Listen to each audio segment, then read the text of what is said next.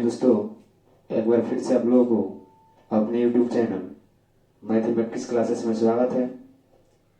आज हम लोग इस क्लास में मैट्रिक्स एंड डिटरमिनेंट का पार्ट 4 वीडियो देखेंगे। हम लोग पिछले सेशन में एलिमेंट्स ऑफ मैट्रिक्स के बारे में देखे थे और कुछ क्वेश्चन भी किए थे एलिमेंट्स ऑफ मैट्रिक्स पे। लेकिन आज फिर इस क्लास में हम लोग एलिमेंट्स ऑफ मैट्रिक्स के बारे में कुछ क्वेश्चन करेंगे और टाइप्स ऑफ मैट्रिक्स देखेंगे। चलिए, एलिमेंट्स ऑफ मैट्रिक्स में एक क्वेश्चन है। सबसे पहले मान लीजिए एक क्वेश्चन दे दिया, थोड़ा ध्यान से देखिएगा, ऑब्जेक्टिव है, एग्जाम में आता है। 7 अवयवों वाले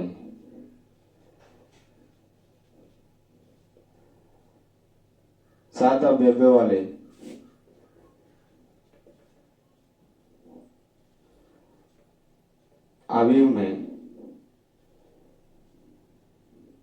7 अवयवों वाले अवयव अवयव अवयवों की संख्या निकालें।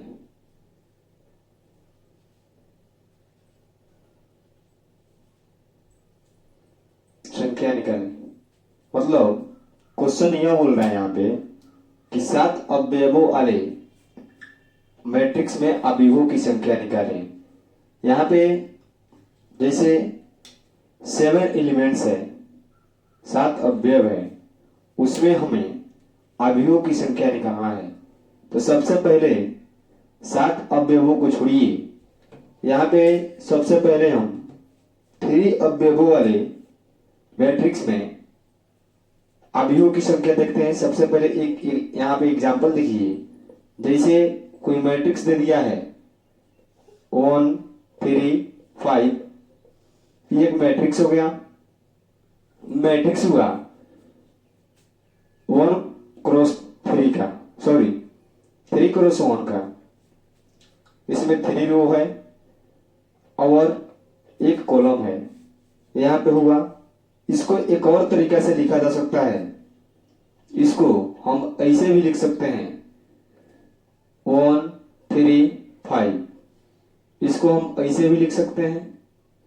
तो यहां पे देखिए, ये जो हुआ, यहां पे एक रो हो गया और 3 कॉलम हो गया। 1 2 3 3 कॉलम और एक रो। एक ही मैट्रिक्स को हम दो तरह से लिख सकते हैं। यहाँ पे 3 अवयवों वाली अवयवों की संख्या, 3 अवयवों वाले मैट्रिक्स है, 1 2 3 3 अवयव है। यहाँ पे 7 बोल रहा है। एक बात और देखिए, जैसे हम यहाँ पे 2 अवयव वाले कोई मैट्रिक्स ले रहे हैं, यहाँ पे 2 और 5 हुआ, इसको हम ले रहे हैं। तो इसको हम बोलेंगे, यहाँ पे 1 रो है और 2 कॉलम है, 1 क्रॉस 2। इसको एक और तरीका से लिखा जा सकता है 2 और 5। यहाँ पे इसको हम बोलेंगे 2 क्रॉस 1। मतलब मेरा ये निकल कर आया कि जैसे मान लीजिए हमारा 2 और 3 5 ऐसा अवयव वाला मैट्रिक्स दे तो निकलना संभव है। लेकिन यदि एग्जाम में देते 30 अवयवों वाले मैट्रिक्स, अवयवों वाले अवयवों की संख्या निकालें, 50 अवयवों वाले अवयवों की संख्या निकालें, तो वहां पे मैट्रिक्स बनाना और अवयव निकालना बहुत कठिन होगा। काहे कि 50 अवयवों वाले मैट्रिक्स बनाने में ही 5-10 मिनट लग जाएगा, तो वहां पे निकालना बहुत कठिन होगा। तो इससे अच्छा है कि हम लोग कोई शॉर्टकट ट्रिक जाने, क्योंकि ये ऑब्जेक्टिव है 1 नंबर में आता है, तो इसमें हम 10 मिनट क्यों खर्च करेंगे अपना। तो यहाँ पे एक शॉर्टकट ट्रिक है जिसको आप लोग अच्छे से देखिए। यहाँ पे शॉर्टकट ट्रिक जो है,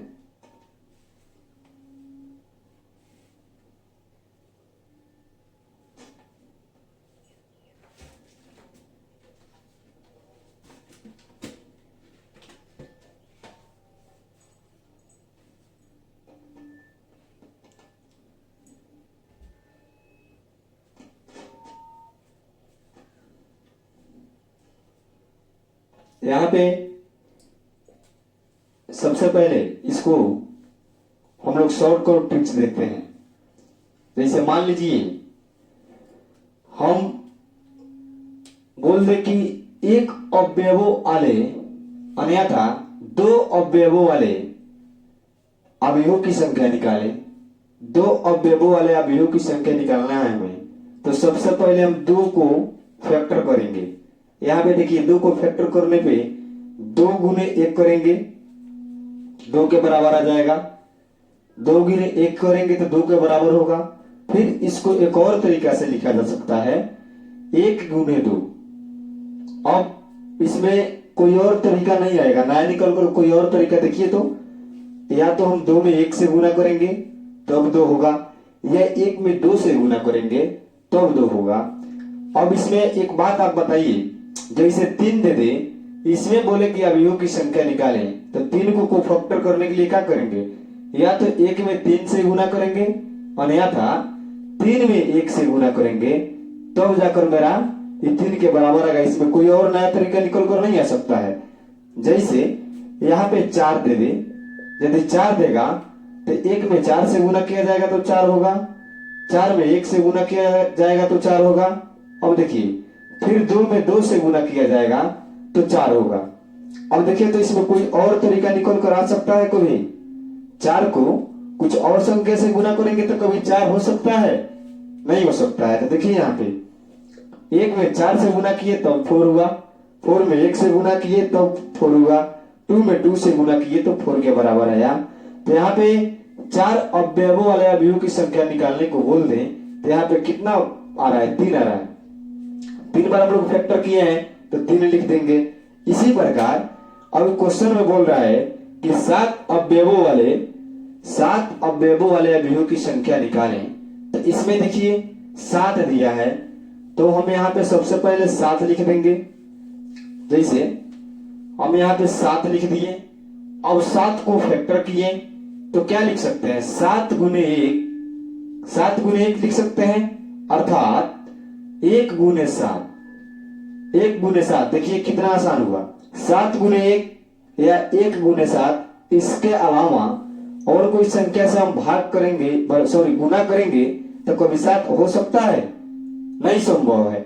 इसलिए 7 गुने 1 करेंगे, अन्यथा 1 गुने 7 करेंगे तो 7 होगा। देखिए यहाँ पे अब देखिए इसमें कितना बार हम लोग फैक्टर किए हैं, 1 2 बार, तो इसमें अवयवों की संख्या कितना निकल कर आया, 2। तो यहाँ पे हम लिख देंगे अवयवों की संख्या इक्वल टू 2। यहाँ पे जैसे एग्जाम्पल थी, ऑप्शन में वहां पे देगा ए में 5 दे देगा, बी में 7 दे देगा, सी में 2 दे देगा और डी में नन दे दिया। तो इसमें आप लोग 7 को फैक्टर कीजिएगा, जैसे अभी हम किए थे, 7 इक्वल टू 1 गुने 7। और फिर इसको एक और तरीका से लिखा जा सकता है, 7 गुने 1। यही 2 शर्त है जो 7 ला सकता है।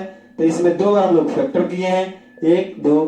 तो ऑप्शन में देखेंगे 2 कहां पे है, ऑप्शन में सी है 2। अब देखिए यदि इसमें हमको यहाँ पे मान लीजिए हमें 7 के स्थान पे, यदि 7 के स्थान पे यहाँ पे अगर 12 दे दे, 12 दे दे, तब हम क्या करेंगे, तो वैसे ही करेंगे जैसे अभी किए थे।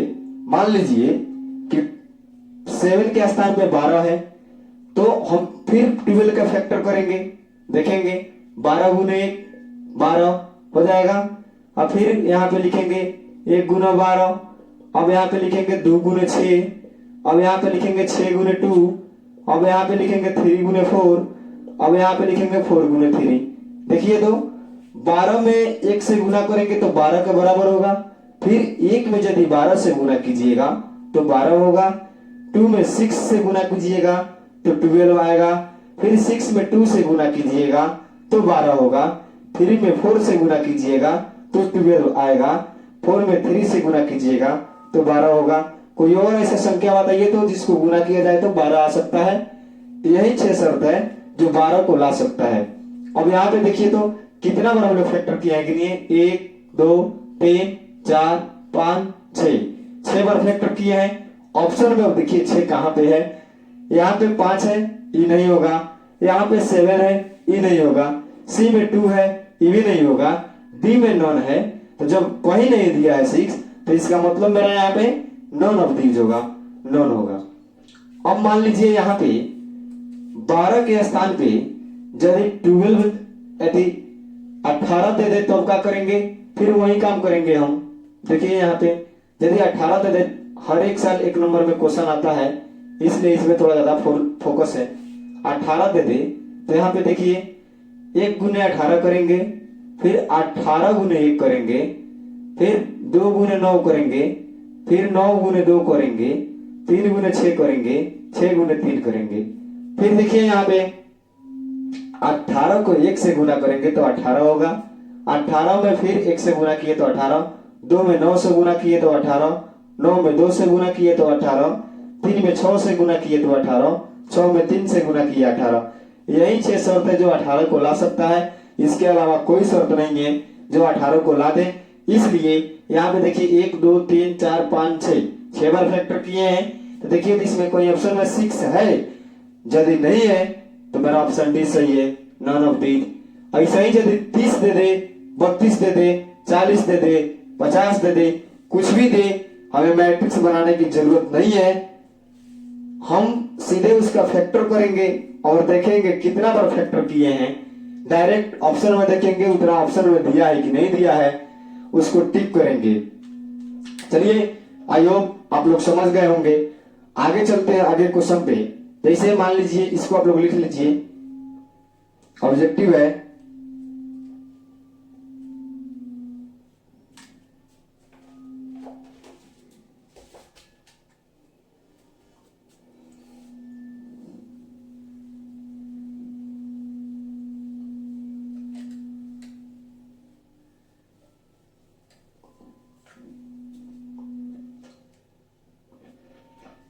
मान लीजिए एक और क्वेश्चन दे दें और उसमें बोले, अच्छा से खूब दिमाग से इसको बनाइएगा। जैसे क्वेश्चन दे दिया है, देखिए हम ऑर्डर ऑफ मैट्रिक्स बता दिए हैं, एलिमेंट्स ऑफ मैट्रिक्स बता दिए हैं, मैट्रिक्स में सब कुछ बता दिया हूं। अब टाइप्स ऑफ मैट्रिक्स में चलेंगे तो थोड़ा जांच कर लिया जाए कि क्या आप लोग elements of matrix, order of matrix, row और कॉलम के बारे में कुछ समझे हैं। हम बता दिए हैं सब कुछ, क्या आप लोग उस बात को याद रखे हैं या भूल गए हैं। तो यहाँ पे देखिए, जैसे दे दे क्वेश्चन, अबीयू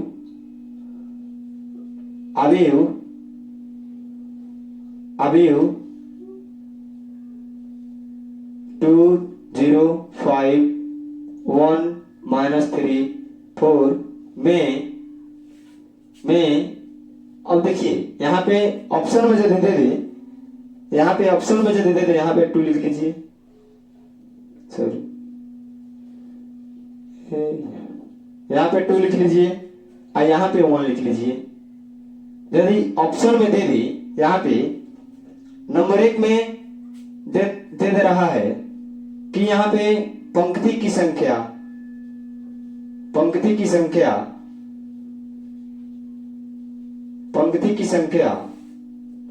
डैश डैश डैश होगा।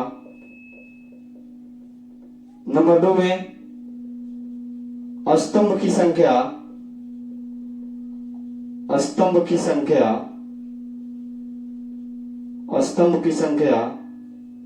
होगा। नंबर 3 में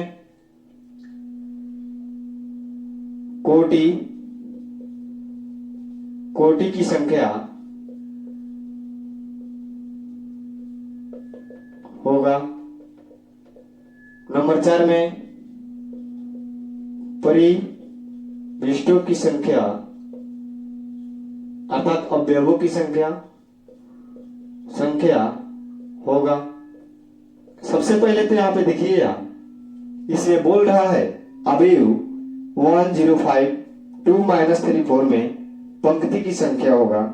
तो पंक्ति हम लोग बताए थे, जो ऐसे पड़ा रहता है उसी को रो बोलते हैं। तो देखिए तो यहाँ पे 1 2 2 हो जाएगा, यहाँ पे 2 लिख देंगे पंक्ति की संख्या। अब यहाँ पे पूछ रहा है कॉलम की संख्या, यानी कि number of row, sorry number of column, स्तंभ की संख्या पूछ रहा है। तो यहाँ पे देखिए जो खड़ा है 1 2 3, स्तंभ की संख्या कितना हो गया 3। अब यहाँ पे कोटि पूछ रहा है, यानी कि ऑर्डर पूछ रहा है। तो ऑर्डर क्या हो जाएगा, 2 पंक्ति है और 3 स्तंभ है, इसी को ऑर्डर बोलेंगे। यहाँ पे लिख देंगे 2 क्रॉस 3। यहाँ पे पूछ रहा है परिविष्टों की संख्या, यानी कि अवयवों की संख्या। तो अवयवों की संख्या हम बताए थे, यदि आप लोग ऑर्डर को गुना कर लिख देंगे तो अवयवों की संख्या निकल जाएगा। तो देखिए तो यहाँ पे 3 गुने 2 कितना हो जाएगा 6 हो जाएगा। यहाँ पे परिविष्टों की संख्या 6 आ गया। यही क्वेश्चन है, कितना आसान है। देखिए आप लोग यदि पिछले वीडियो को अच्छा से देखे हैं, समझे हैं, तो आगे क्वेश्चन बनाने में मजा आएगा। बहुत इंटरेस्टिंग चैप्टर है, आगे और मजा आने वाला है। जब हम लोग मैट्रिक्स के प्रॉपर्टी पढ़ लेंगे, आगे क्वेश्चन करेंगे, इंटरेस्ट आएगा, मजा आएगा इस चैप्टर को पढ़ने में। चलिए इसको लिख लीजिए।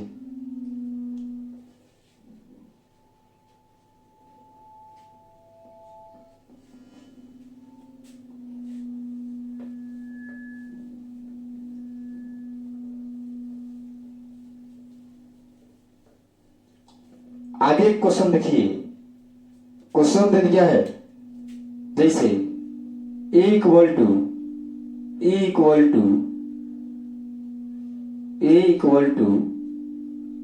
2 5 3 4 6 9 15 13। कुछ इस प्रकार से क्वेश्चन दे दिया है। और यदि इसमें पूछे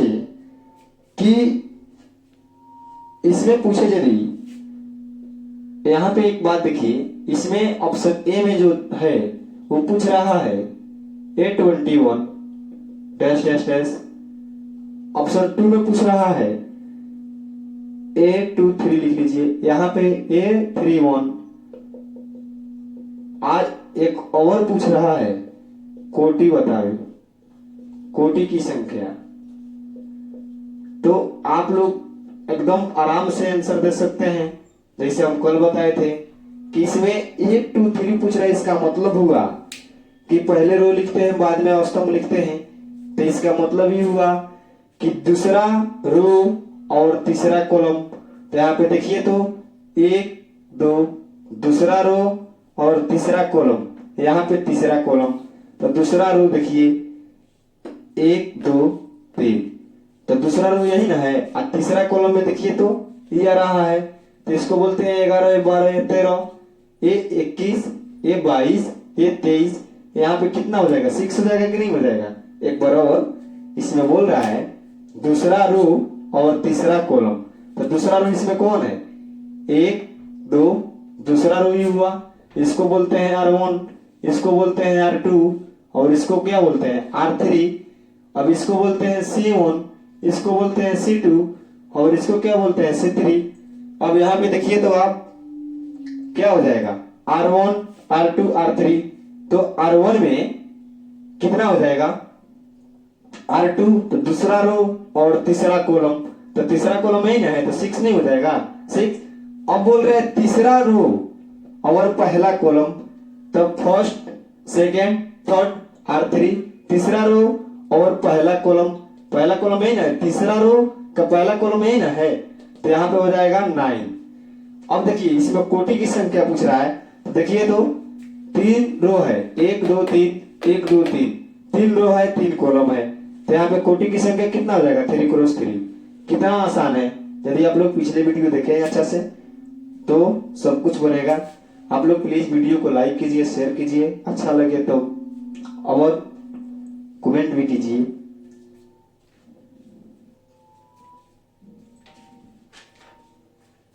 चलिए जल्दी से इसको लिख लीजिए।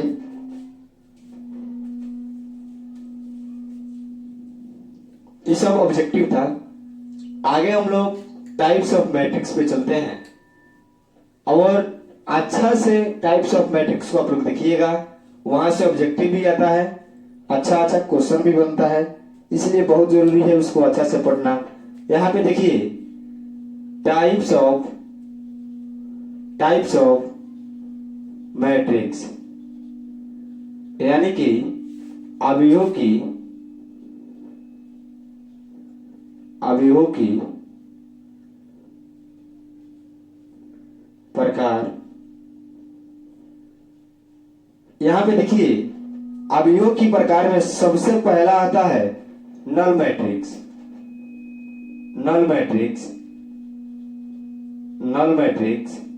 अब देखिए नल मैट्रिक्स जो है इसको बोलते हैं शून्य अवयव, नल मैट्रिक्स या जीरो मैट्रिक्स बोलते हैं, शून्य अवयव। अब देखिए यहाँ पे नल मैट्रिक्स में जो है वो यहाँ पे नल मैट्रिक्स ही बात बोलता है, वैसा अवयव जिसका प्रत्येक सदस्य शून्य हो उसे नल मैट्रिक्स बोलते हैं।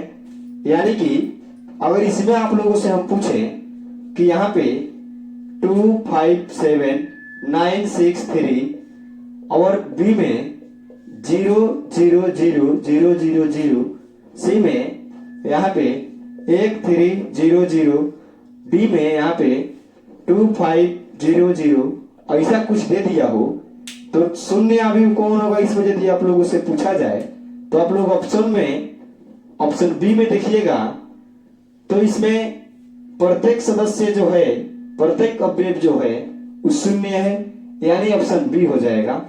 उसी प्रकार देखिए यहाँ पे नल मैट्रिक्स यही बोलता है वैसा अवयव जिसका प्रत्येक सदस्य शून्य हो उसे शून्य अवयव कहते हैं। उसको लिख भी दे रहे हैं हम। जैसे मान लीजिए यहाँ पे ये जो है यहाँ पे देखिए बोल रहा है वैसा सदस्य या वैसा अवयव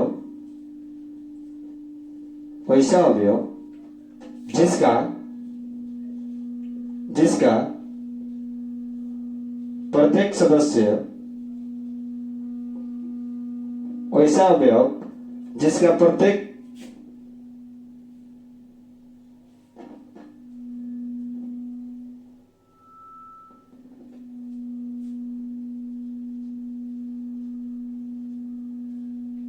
चाहे यहाँ पे वैसा अवयव लिखिए यहाँ पे, वैसा अवयव जिसका प्रत्येक सदस्य शून्य हो उसे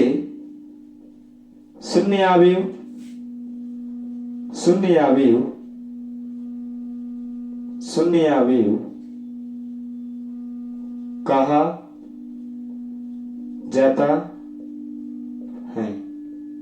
अब यहाँ पे देखिए कि बोल रहा है वो ऐसा अवयव जिसका प्रत्येक सदस्य शून्य हो उसे शून्य अवयव कहा जाता है।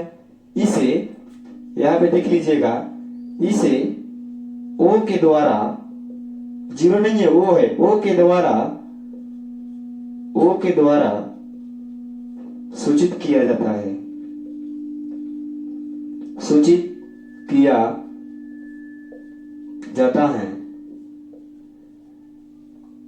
जैसे एक बार और नल मैट्रिक्स यानी कि शून्य अवयव, इसमें डिफिनेशन ही बोल रहा है वैसा अवयव जिसका प्रत्येक सदस्य शून्य हो उसे शून्य अवयव कहा जाता है। इसे ओ के द्वारा सूचित किया जाता है। और मान लीजिए एग्जाम्पल के तौर पे ओ इक्वल टू क्या हो जाएगा, ओ इक्वल टू 0 0 0 0 0 0। कितना हूं बड़ा हो, यदि शून्य शून्य दे दिया है तो उसको हम लोग डायरेक्ट क्या बोलेंगे, शून्य मैट्रिक्स अर्थात शून्य अवयव। इसको आप लोग लिख लीजिए।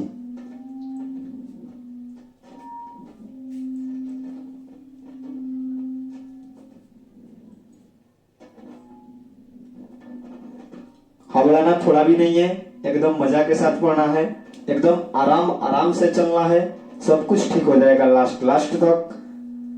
चलिए आगे हम लोग देखते हैं। ये टाइप्स ऑफ मैट्रिक्स के बाद में हम लोग जो क्वेश्चन बनाना शुरू कर देंगे उसमें अब मजा आने शुरू हो जाएगा। आगे जो है, आगे रो मैट्रिक्स आता है। नंबर 2, यहाँ पे number 2 row matrix, row matrix. अब देखिए यहाँ पे रो मैट्रिक्स, जो इसको हिंदी में बोलते हैं पंक्ति अवयव, पंक्ति अवयव, पंक्ति अवयव।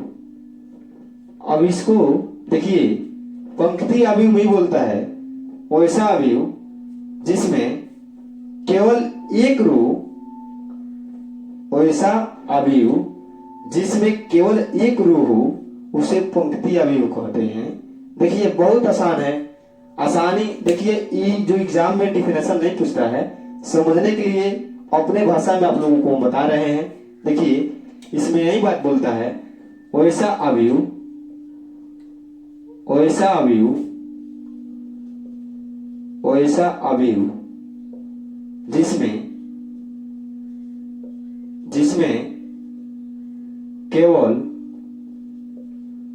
केवल एक पंक्ति हो, एक, इसको कोष्टक में लिख लीजिए, एक पंक्ति हो,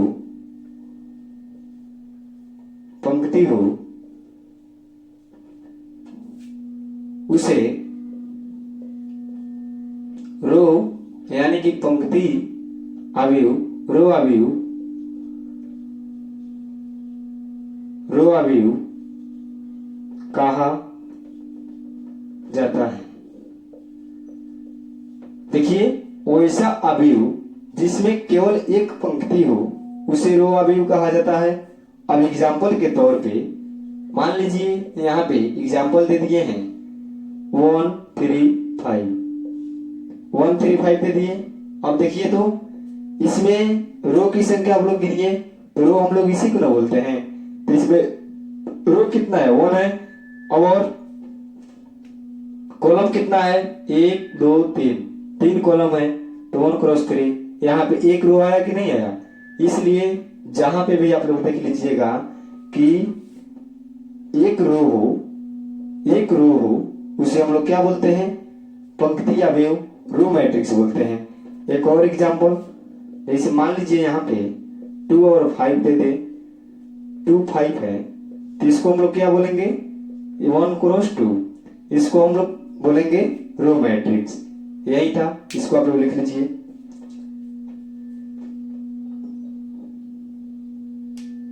जैसे एक बात और है यहाँ पे, अब यहाँ पे आता है नंबर 3 में, नंबर 3 में जो आता है वो कॉलम मैट्रिक्स आता है, यानी कि स्तंभ अवयव, स्तंभ अवयव। अब देखिए इसमें भी वही बात होता है, लेकिन इसमें रो नहीं, इसमें कॉलम। वैसा अवयव जिसमें केवल एक स्तंभ हो, यहां पे लिख लीजिएगा स्तंभ हो, स्तंभ हो, उसे कॉलम अवयव कहा जाता है, अर्थात स्तंभ मैट्रिक्स कहा जाता है। अब यहाँ पे देखिए, यहाँ पे बोल रहा है कि एक स्तंभ हो, तो एग्जाम्पल के तौर पे एक स्तंभ का मतलब क्या हुआ कि यहाँ पे 1 2 6 दे दिया है। अब यहाँ पे देखिए तो कितना स्तंभ है, देखिए रो यहाँ पे, कॉलम यहाँ पे कितना है, एक कॉलम है, और रो कितना है, 1 2 3, 3 रो है।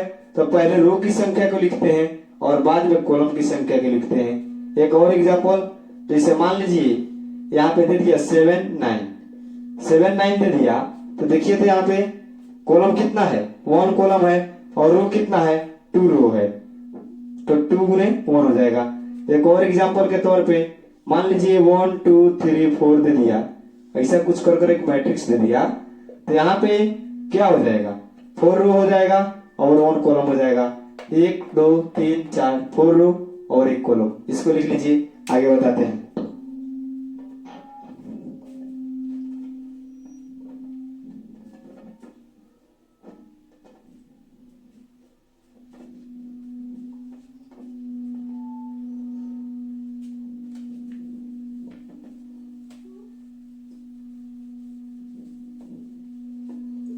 देखिए इस टाइप्स ऑफ मैट्रिक्स को आप लोग एकदम अच्छा से समझिएगा, कुछ नहीं है, केवल एक बार आप लोग देख लीजिएगा, प्लॉट कर सब कुछ याद हो जाएगा।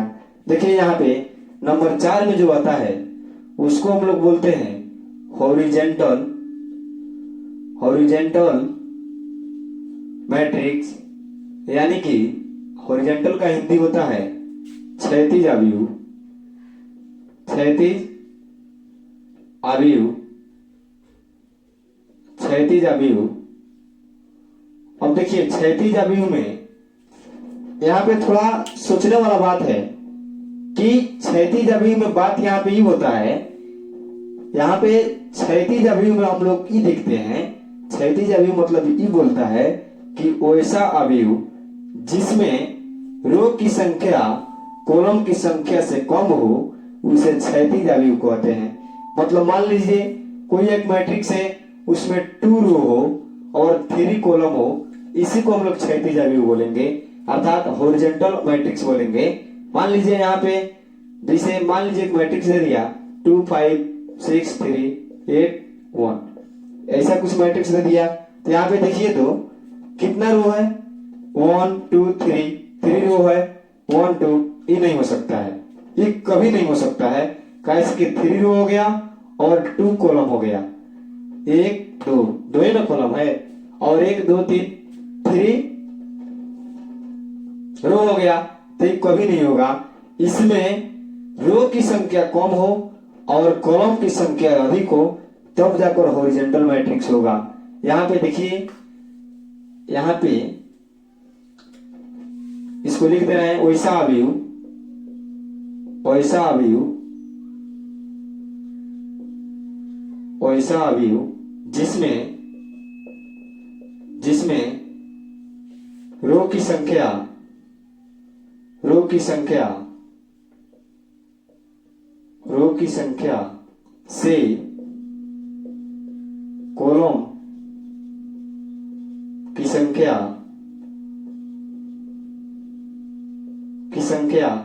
अधिक हो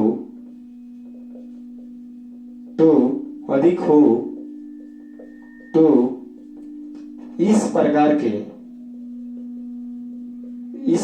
के मैट्रिक्स को हॉरिजॉन्टल मैट्रिक्स या क्षैतिज अवयव, हॉरिजॉन्टल मैट्रिक्स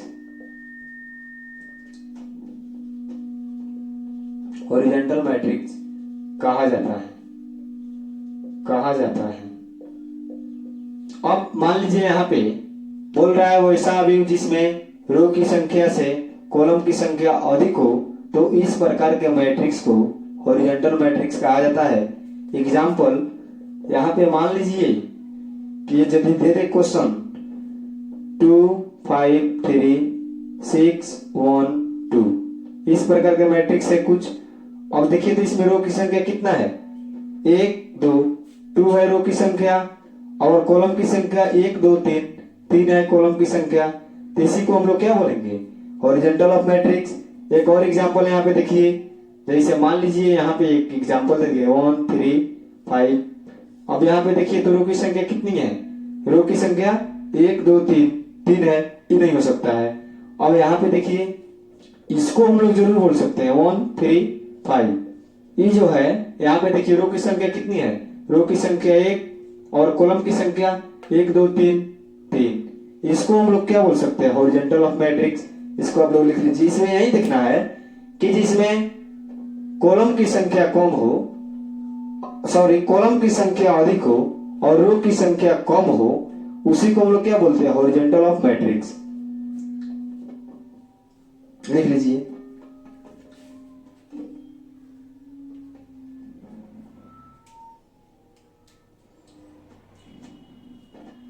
चलिए आगे जो देखते हैं एक और मैट्रिक्स, एक टाइप्स ऑफ मैट्रिक्स आप लोग अच्छा से पढ़िएगा।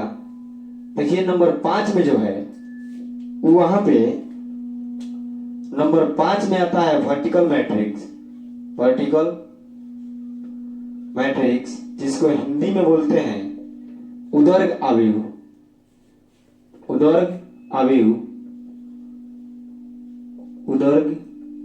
अवयव,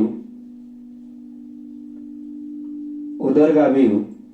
अब यहाँ पे देखिए उदर्ग अवयव, इसको इसमें जब उसमें रो की संख्या कम हो रहा था तो इसमें क्या हो जाएगा, उल्टा हो जाएगा, इसमें कॉलम की संख्या कम हो जाएगा। उसी प्रकार लिख सकते हैं वैसा मैट्रिक्स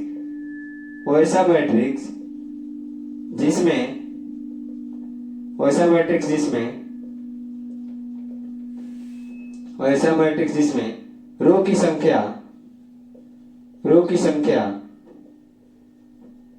अधिक हो तथा कॉलम की संख्या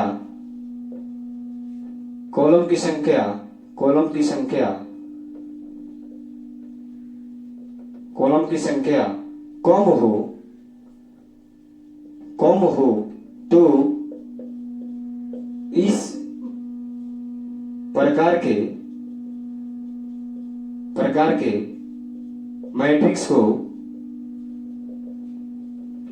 के मैट्रिक्स को वर्टिकल मैट्रिक्स अर्थात उदर्ग मैट्रिक्स कहा जाता है। एग्जाम्पल, इसमें क्या हो, रो की संख्या अधिक हो तो इसमें देखिए आप, रो की संख्या जब अधिक हो तो इसको हम लोग क्या लिख सकते हैं, 2 4 6 5 1 2 ऐसे लिख दिए।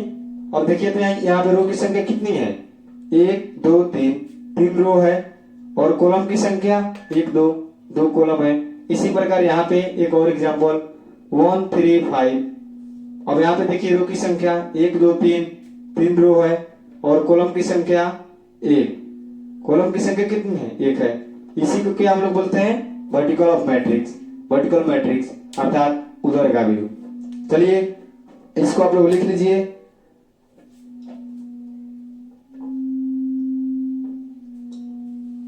वैसा अवयव जिसमें रो की संख्या अधिक हो तथा कॉलम की संख्या कम हो उसे वर्टिकल मैट्रिक्स अर्थात उदर्ग अवयव कहा जाता है। यहाँ पे चलिए आज की क्लास में इतना ही। अगर वीडियो अच्छा लगा हो तो आप लोग लाइक कीजिए, शेयर कीजिए, कमेंट कीजिए। हम बार बार बोलते हैं कि इस चैनल पे 11th 12th एंड 10th तीनों क्लास के वीडियो अपलोड होता है। जिनका भी दोस्त 11th और 10th में हो या 12th में हो उनके पास आप लोग प्लीज ज्यादा से ज्यादा वीडियो को शेयर कीजिए, क्योंकि आप ही लोगों के लिए इतना मेहनत किया जा रहा है, इसलिए आप लोग अपने दोस्तों के पास ज्यादा से ज्यादा वीडियो को शेयर कीजिए। चलिए आज के लिए इतना ही। आगे हम लोग square of matrix, scalar of matrix, diagonal of matrix और सब मैट्रिक्स का जो प्रॉपर्टी है उस पर हम लोग चर्चा करेंगे। और अगले क्लास में हम लोग मैट्रिक्स का प्रॉपर्टी खत्म कर कुछ क्वेश्चन देखेंगे और अगले क्लास से हम लोग क्वेश्चन बनाना शुरू कर देंगे। चलिए आज के लिए इतना ही, धन्यवाद।